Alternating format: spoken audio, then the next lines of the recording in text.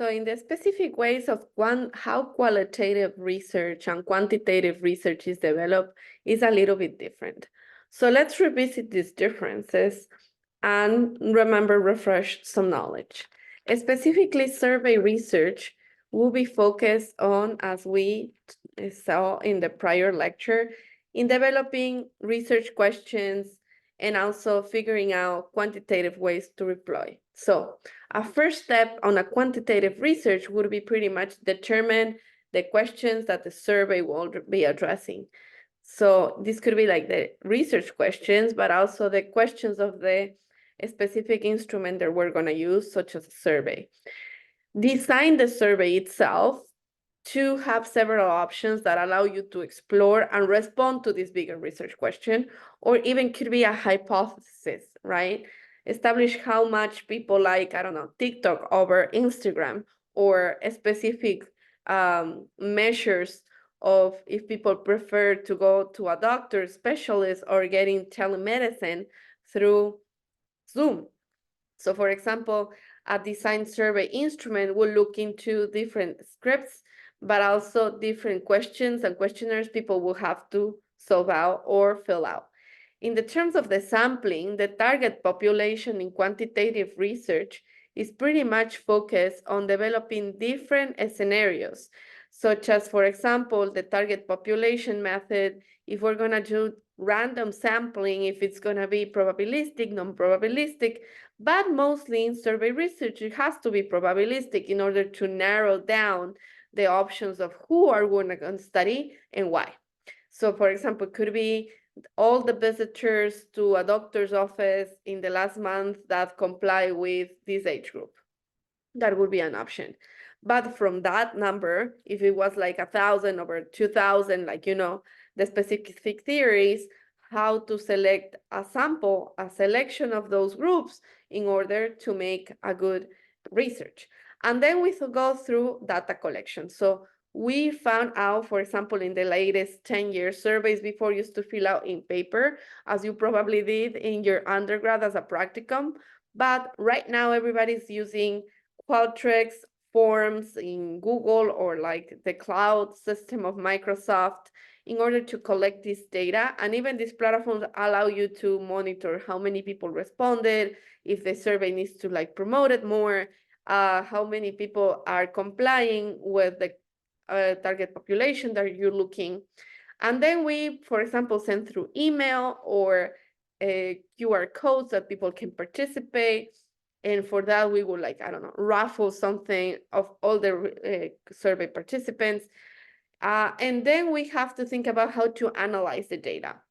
In quantitative research, you will pretty much do many statistical analysis using, for example, chi-square measures, or for example, crossing variables in SPSS or Qualtrics as well, and that's completely fine. So if we are going to do a specific study, it's very important to think about specific ways of how to report this data and organize it in a very specific way that works through the process.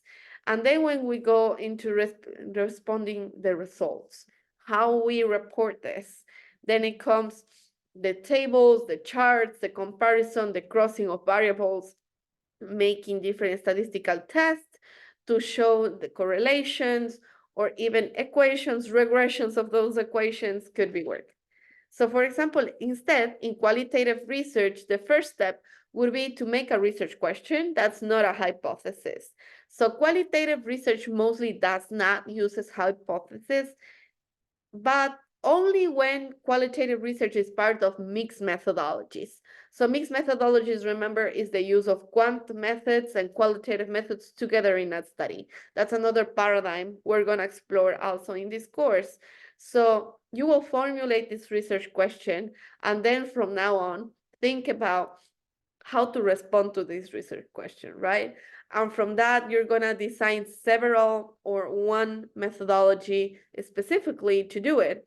As this course is mostly focused on qualitative research, we're going to think about specific ways to appropriate qualitative research, such as a case study, it could be ethnography, grounded theory, or specific ways to understand the paradigms of the research in terms of qualitative.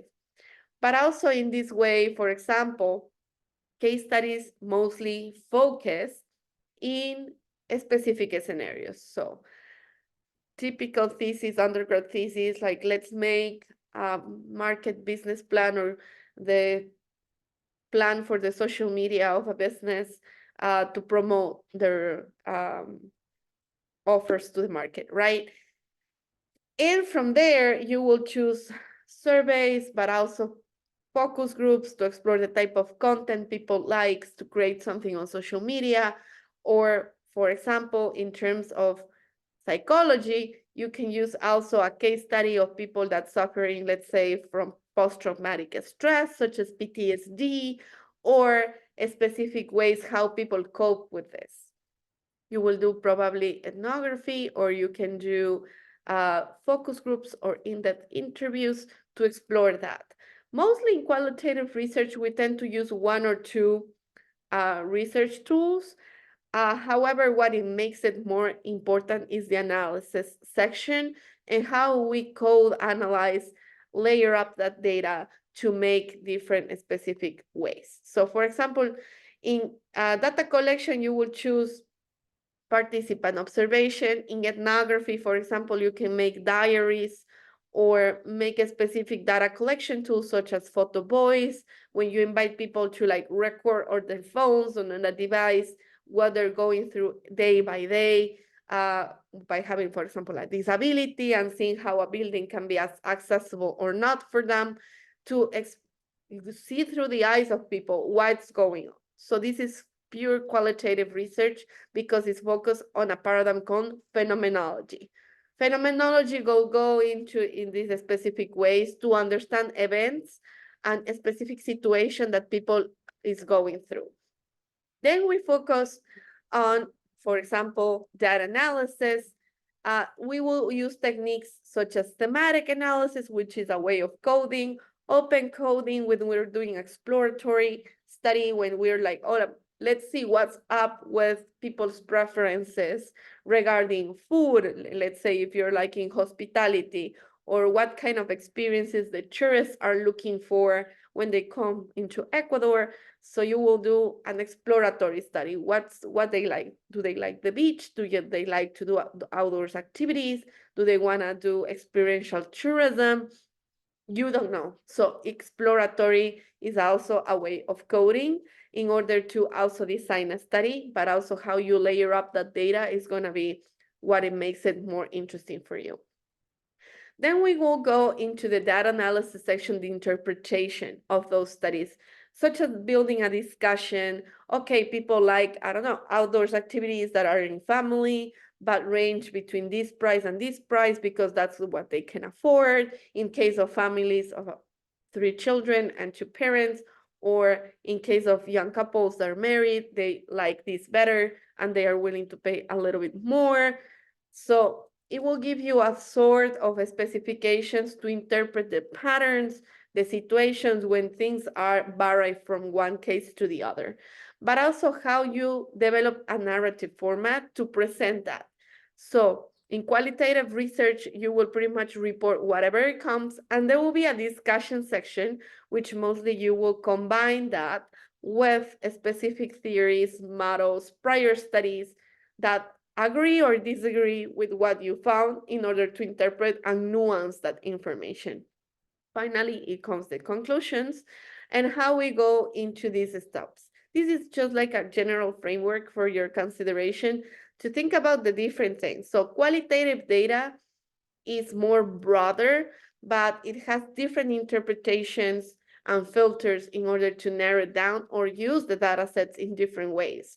So don't think one error we and mostly young researchers think is that I have a data set of like 20 interviews, and once I use that, it's done. No, you can reuse that data and analyze it through a specific other research question to explore what people is saying in other terms or through other theory or through another theoretical lens. So that's pretty much what we can do, how the two frameworks differentiate each other, and think about the difference between both of these. We're going to do a class activity upcoming in the next section.